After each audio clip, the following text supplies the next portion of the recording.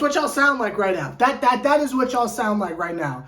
Oh my God, we beat the Raptors without 5 of their best players. We must be championship material, huh?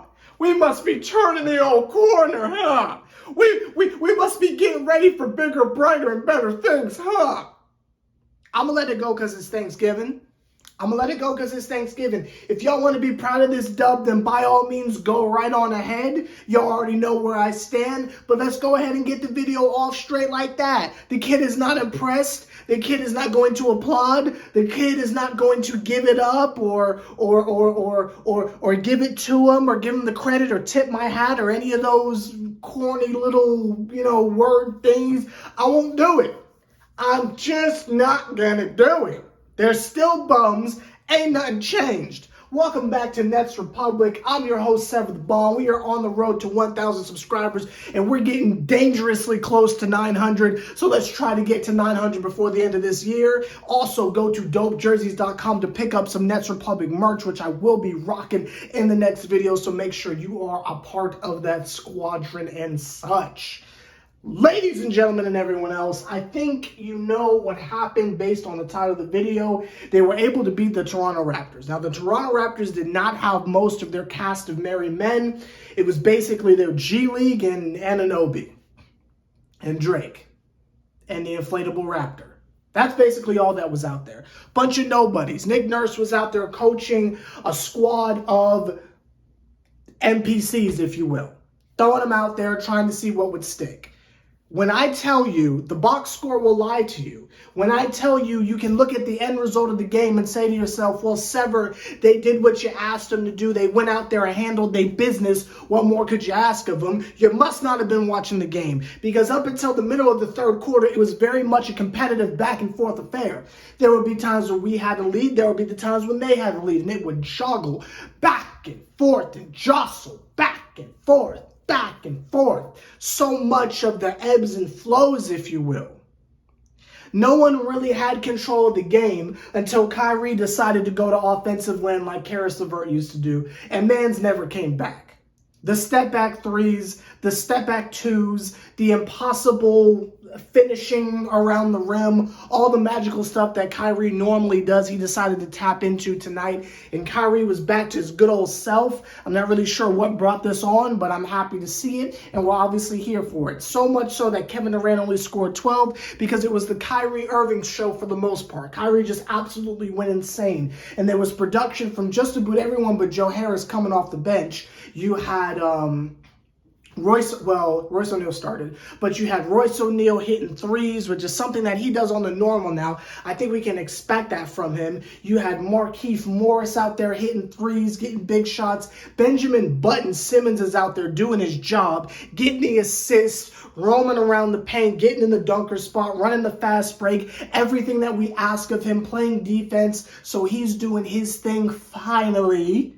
It's about time he decided to join the party.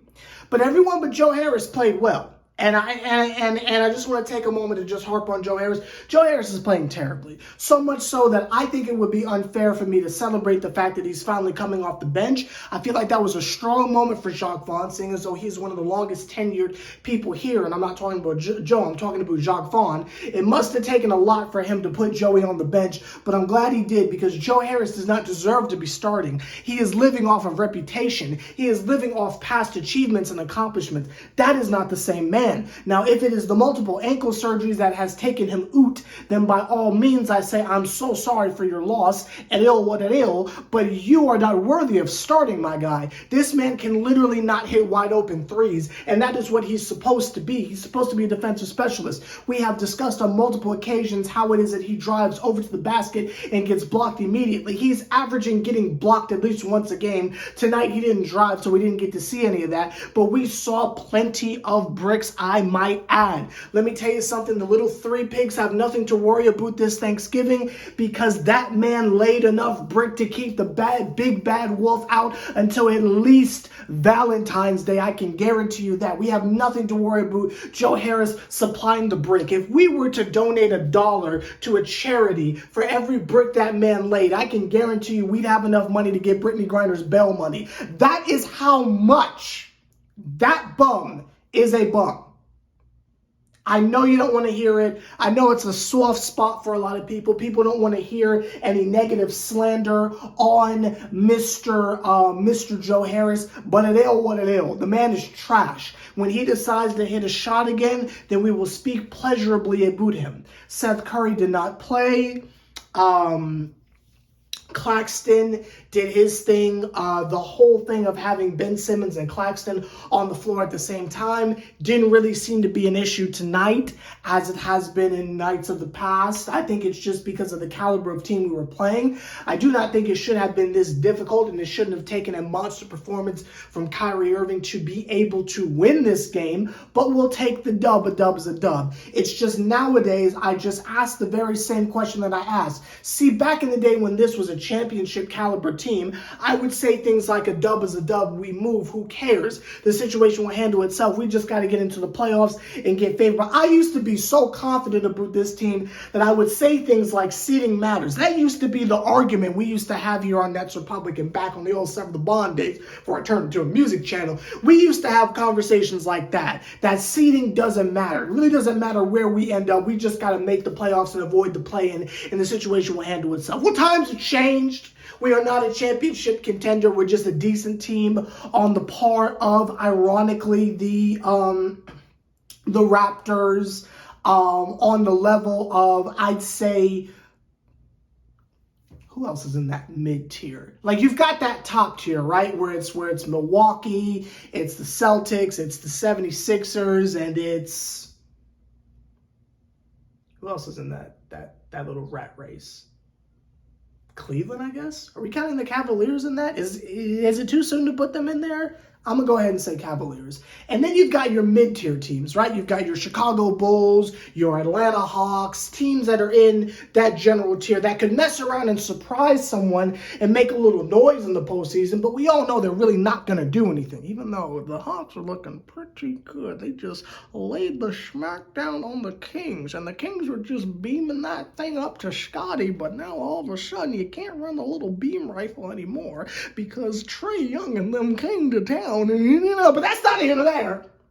We are in that little mid-tier of teams that could be decent, could make a little noise if they get their acts together, but really won't do anything. So now that we are officially in that general plateau where we could mess around and lose the games we're not supposed to win, nothing is guaranteed. We have to hope that the effort level is there, and we have to hope that everything is consistent with this team. We can no longer say things like a dub is a dub. I have to be critical of everything because I have to ask the question yet again. This was a lovely win. This is beautiful, great optics, but I have to say it is all cosmetic.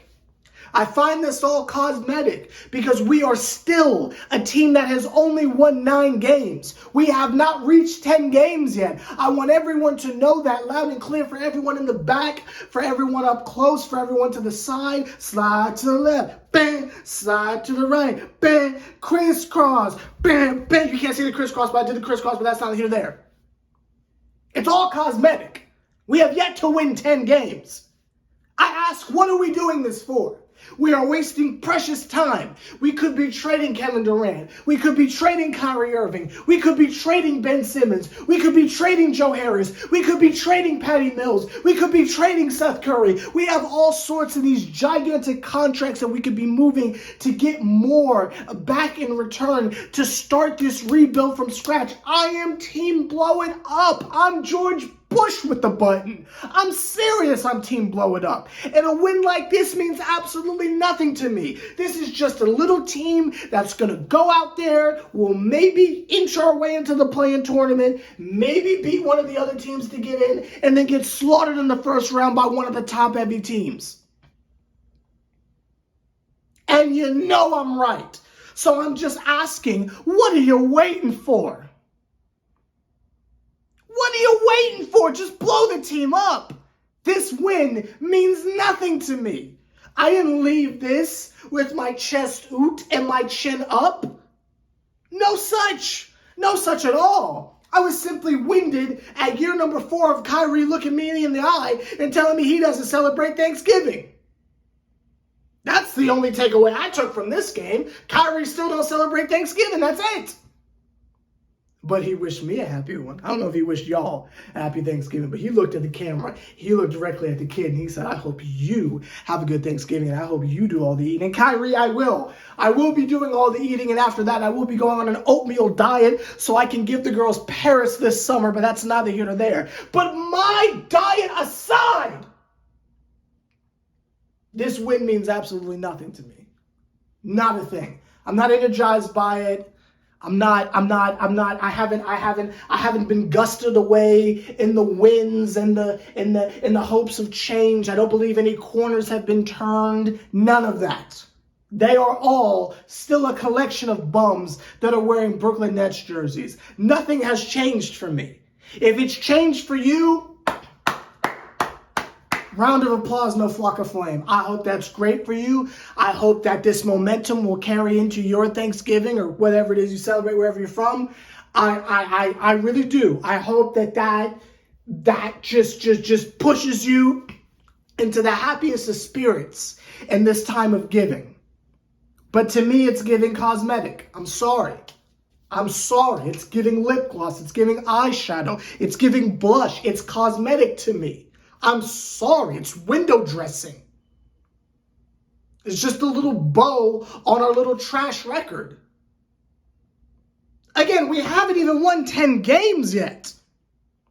And I can't go on the emotional roller coaster with y'all. I just can't do it. They'll win 2 games and then lose 3 to some of the worst teams in the league. And we'll be sitting here scratching our heads yet again, trying to figure out what went wrong. And I'm sorry, I'm just not going to do it. They're not going to hurt me again. I've been betrayed enough. And we all know the championship window is done. We all know KD don't want to be here. We all know Kyrie's taking the first boat out to LA next year. So why not capitalize on things now? Why not go ahead and get a return on these things now? Why are we waiting until the inevitable where we pull a Spencer Dinwiddie and we get nothing back for Kyrie Irving? Or we have to trade Kevin Durant in some desperate off-season shenanigans because we don't have any options and Kevin Durant is refusing to play? Why are we waiting?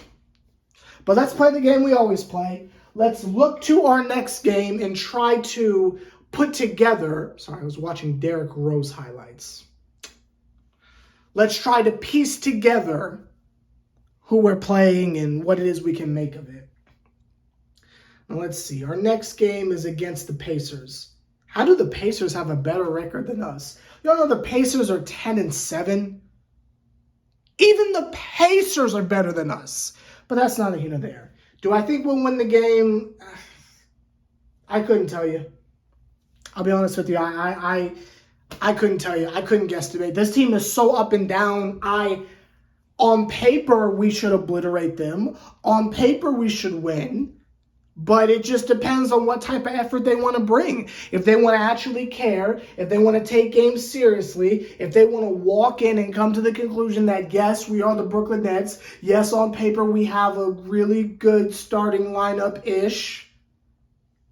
But you have to earn the dubs. You know what I mean? You got to earn the dubs. You got to play the full 48 minutes. Is it 48? I don't know. You got to play the full game. It's got to be longer than 48 minutes because there's 12 minutes in a quarter. My poor math aside, you know what I'm referring to. The point is, you have to actually try. You have to care. You got to play the entire game. And a dub isn't a given just because we're the Nets. You have to care. You have to actually go out there and care. Assuming they do that, we shouldn't have an issue. It's another away game, but it's in Indiana. And outside of, what's in Indiana? Outside of Sammy Classic Sonic fan and, I don't know, who's that one rapper from Indiana? Freddie Gibbs. Yeah, outside of Sammy Classic Sonic fan and Freddie Gibbs, I don't really know what's popping in Indy there. Maybe some racing. I couldn't tell you. Cornfields and racism. Like if we can't handle that, I don't know what to tell you. I don't know what to tell y'all, to be quite honest with you, but that's not even there. Let me know your thoughts down below on tonight's game. I'm sure all of you have left your comments down below saying, Silver, you're being too critical. You should be happy that they won. Whatever. You can feel how you feel. I'm the one on the camera that gets to say the words, so I will get my shenanigans off and push my agendas. But I will see y'all on Friday night to discuss our next game at great lengths. Great lengths. Hopefully we win. Fingers crossed. I really don't have much confidence in them, but remember, there's nothing to be afraid of in Indiana but Sammy Classic Sonic fan, cornfields, racism, and Freddie Gibbs, and the occasional stock car racing. So if we can get past those 5 things, we should be all right. I'm Sever the Bond. You're on Nets Republic. Be safe out there on Black Friday. And some other outro thing. Oh, random side bit. Later this month, I'm going to dye my hair blue. Yes, I'm super excited about it. If I don't look like her, like whole thing, like I better come out that just like whole thing. If I don't look like her, then I'm definitely gonna be upset. Look, bonus footage for you.